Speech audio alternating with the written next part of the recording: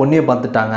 இன்றைக்கான எபிசோடில் பார்த்தீங்கன்னா நம்ம சந்திரசேகரும் பார்த்தீங்கன்னா சாப்பாடு எடுத்துகிட்டு வராங்க. முத்தையாட்ட கொடுக்குறாங்க. முத்தையா பார்த்தீங்கன்னா எனக்கு ஒன்றும் சாப்பாடெலாம் வேணாங்கிறாங்க. ஏன் முத்தையா அப்படி மாதிரி என் மேலே உள்ள கோவத்தில் சாப்பிடாமலே இருக்கு, சாப்பிடு உடம்புக்கு அப்போ தான் கரெக்டாக இருக்கும், நல்லாயிருக்கும் அப்படிலாம் சொல்கிறாங்க. அதெல்லாம் எனக்கு எதுவும் வேணாம், என் பொண்ணு கிடைக்கிற வரைக்கும் நான் எதுவும் சாப்பிட மாட்டேன், முதல்ல இங்கேருந்து போயிடு, நீங்கள் எனக்கு நியாயம் பேசுகிற மாதிரி வந்து கேஸை வாபஸ் வாங்கலாம், அது இதெல்லாம் நினைக்காத, முதல்ல இங்கே போ அப்படின்னு சொல்லி திட்டுறாங்க. அதெல்லாம் பார்த்துட்டு ராஜசேகருக்கு என்ன மாதிரி இருக்குது. சரி ஜெயாவுக்கு நாச்சும் சாப்பாடு கொண்டு கொடுக்கலான்ட்டு விட்ற போகிறாங்க. அப்போ கமிஷனர் பார்த்துட்டு என்ன பண்ணுறீங்கிறாங்க. ஜெயா இது மாதிரி சாப்பிடவே இல்லை சார் 2 நாளாக, அதெல்லாம் சாப்பாடு கொடுக்குறோம் அப்படிலாம் சொல்கிறாங்க.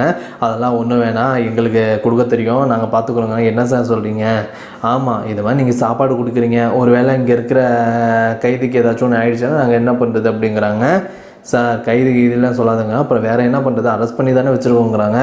நீங்கள் இது மாதிரி அவங்க மேலே குற்றம் இருக்குன்னு ஒன்றும் நிரூபிக்கலை, அதனால் நீங்கள் இந்த மாதிரி சொல்கிறது தப்பு அப்படிங்கிறாங்க. சரி அதெல்லாம் இருக்கட்டும், சாப்பாடெலாம் இப்போ கொடுக்க வைக்காது, ஒரு வேளை நீங்கள் கொடுத்த சாப்பாட்டில் ஏதாச்சும் மயக்க மருந்து ஏதோ விஷமோ கலந்தவங்க செத்துட்டா அதுக்கப்புறம் அது நாங்கள் தானே பதில் சொல்லணும், அதெல்லாம் நீங்கள் கொடுக்குற எதையுமே வாங்க வைக்காது, நாங்கள் கொடுப்போம், நீங்கள் முதல்ல இது கிளம்புங்கிறேன். சார் நீங்கள் வேணால் பாருங்கள், நீங்கள் இப்படிலாம் பண்ணுறதுக்கு அனுபவிக்க போகிறீங்க அப்படிலாம் பவானி சொல்கிறேன், அதெல்லாம் நான் பார்த்துக்கிறேம்மா, நீங்கள் கிளம்புங்க அப்படின்னு சொல்லி இங்கே இதை பற்றி கிளப்பி விட்றாங்க.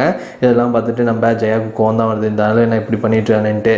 இன்னொரு சைடு பார்த்திங்கன்னா நம்ம இது பொன்னியை தான் காட்டுறாங்க. பொன்னியை பார்த்தீங்கன்னா அந்த முத்துக்காலை ஒரு வழியாக கடத்திட்டு ரவுடிங்களெல்லாம் வச்சு கடத்திட்டு அவங்க ரூமில் போய்ட்டு பார்த்தீங்கன்னா அடித்து வச்சுருக்காங்க. என்னம்மா பொன்னி நீங்கள் எந்த தப்பிச்சலாம் நினச்சியா, இது மாதிரி 2-3 வருஷத்துக்கு முன்னாடி என்கிட்ட தப்பிச்சு போனேன், இப்போ திரும்பியும் வந்து என்கிட்டையும் மாட்டிக்கிட்டேன், இனியும் நான் உன்னை மிஸ் பண்ண மாட்டேன், இது மாதிரி ஜோசியத்தில் நம்ம நினச்ச பொண்ணு கிடச்சா நம்ம மேலே போகணும்னு சொல்லியிருக்காங்க, அதனால் நாளைக்கே உனக்கு கல்யாணம், நானும் நீயும் கல்யாணம் பண்ணிக்கிட்டு உடனே சாந்தி முகூர்த்தம், நமக்கு பிறக்க போகிற குழந்தையால் நம்ம எங்கேயோ போக போகிறோம் அப்படிலாம் சொல்கிறாங்க. பொண்ணியும் பார்த்தீங்கன்னா உட்ரா அப்படின்னு சொல்லிட்டு வாயை கட்டி போட்டிருக்காங்க, அதனால் வாயில் பிளாஸ்டிக் வச்சு அடைச்சிருக்காங்க, அதனால் கத்திக்கிட்டே இருக்காங்க. சரி அந்த ரவுடிங்கெலாம் கூப்பிட்டு சேர்றா, சரி அண்ணியை நல்லா பார்த்துக்குங்க, நான் போயிட்டு நாளைக்கு கல்யாணத்துக்கு தேவையான தாலி மற்ற எல்லாத்தையும் வாங்கிட்டு வரேங்கிறேன். சூப்பர்ண்ணே, அண்ணி சூப்பராக இருக்காங்கண்ணே, நாங்கள் பார்த்துக்குறோம், நீங்கள் போயிட்டு வாங்கண்ணே அப்படின்னு சொல்லி இங்கே வந்து பார்த்தீங்கன்னா அனுப்பி வைக்கிறாங்க. இன்னொரு சைடு பார்த்தீங்கன்னா நம்ம அந்த போலீஸ்காரரும் பார்த்தீங்கன்னா ஜெயாவுக்கு சாப்பாடு கொடுக்குறாங்க, இட்லி தான் கொடுக்குறாங்க. ஆனால் ஜெயா பார்த்தீங்கன்னா சாப்பிடாம வேணாம் அப்படின்னு சொல்லிட்டாங்க. என்ன மேடம் இது மாதிரி நாளைய மீனி இதுவே நான் உங்களுக்கு பட்னி போட்டு நீங்கள் உங்களுக்கு ஏதாச்சும் ஒன்று ஆயிடுச்சுன்னா எங்கள் மேலே தானே கம்ப்ளைண்ட் கொடுப்பாங்க, நான் நம்ம சாப்பிடாம நான் சாப்பாடு கொடுக்காம உங்களுக்கு குடும்பப்படுத்தினு யாரும் சொல்லக்கூடாதுல்ல, நீங்கள் முதல்ல சாப்பிடுங்கிறாங்க. எனக்கு சாப்பாடு வேணாம் ஒன்றும் வேணாம், முதல்ல இங்கே போங்கங்கிறாங்க. சரி விடுங்க, உங்கள் இஷ்டம், உங்களுக்கு சாப்பாடு வேணால் விட்டுருங்க, நான் ஏதோ பாவப்பட்டு தான் கொடுத்தேன், இதுக்கப்புறம் சாப்பிடலான்னா எனக்கு தெரியாது விடுங்க அப்படின்னு சொல்லிட்டு இந்த சாப்பாடையும் பார்த்தீங்கன்னா எடுத்துகிட்டு போகிறாங்க. ஜெயாவை போட்டு பார்த்தீங்கன்னா இந்த கமிஷனரும் கைலாசம் வச்சு செஞ்சுட்டு இருக்காங்க, அவங்க அப்பாவை பழி வாங்கினதுக்காக இப்போ இந்த கமிஷனர் ஜெயாவை பழி வாங்கிட்டு இருக்காங்க. இன்னொரு சைடு பார்த்தீங்கன்னா நம்ம சக்தியை தான் காட்டுறாங்க. சக்தி பார்த்தீங்கன்னா 2 நாளாக பொண்ணு எங்கே இருக்காங்க என்ன ஏதுன்னு ஊரில் உள்ள எல்லாத்தையும் விசாரிச்சிருப்பாங்கட்டும், ஒருத்தவங்களுக்கும் ஒன்றுமே தெரியல. பார்த்தீங்கன்னா அங்கேயும் அலைஞ்சிட்றாங்க.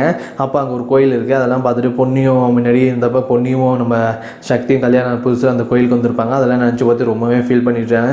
பொண்ணு நீ எங்கே தான் பொண்ணி போனேன், ப்ளீஸ் பண்ணி திரும்பி வந்துரு பொண்ணி, நீ இல்லாமல் என்னால் இருக்க வைக்காது அப்படின்னு சொல்லிட்டு ரொம்பவே ஃபீல் பண்ணி எழுதிட்டு திரும்பி எழுந்திரிச்சு இங்கேருந்து போகிறாங்க.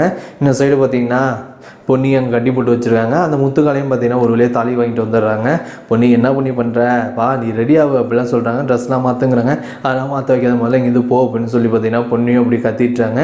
நீ ஒன்றும் எதுக்கும் பயப்படாத பொண்ணி, நம்ம கல்யாணம் ஆனால் நான் ஒன்று ராணி மாதிரி பார்த்துப்பேன், அந்த சக்தி என்ன அவனாம் ஒரு ஆளா, உன்னை பிடிக்காம உன்னை எப்போதான் திட்டிக்கிட்டு அவன் குடும்பமே உன்னை வெறுத்துச்சு பாரு, நான் அவன் மாமன் உன்னை எப்படிலாம் பார்த்துப்பேன் தெரியுமா, உன்னை அனுபவமாக உன்னை ரசிப்பேன், உன் ராணி மாதிரி வச்சுருக்கேன் அப்படிலாம் சொல்லிட்டாங்க.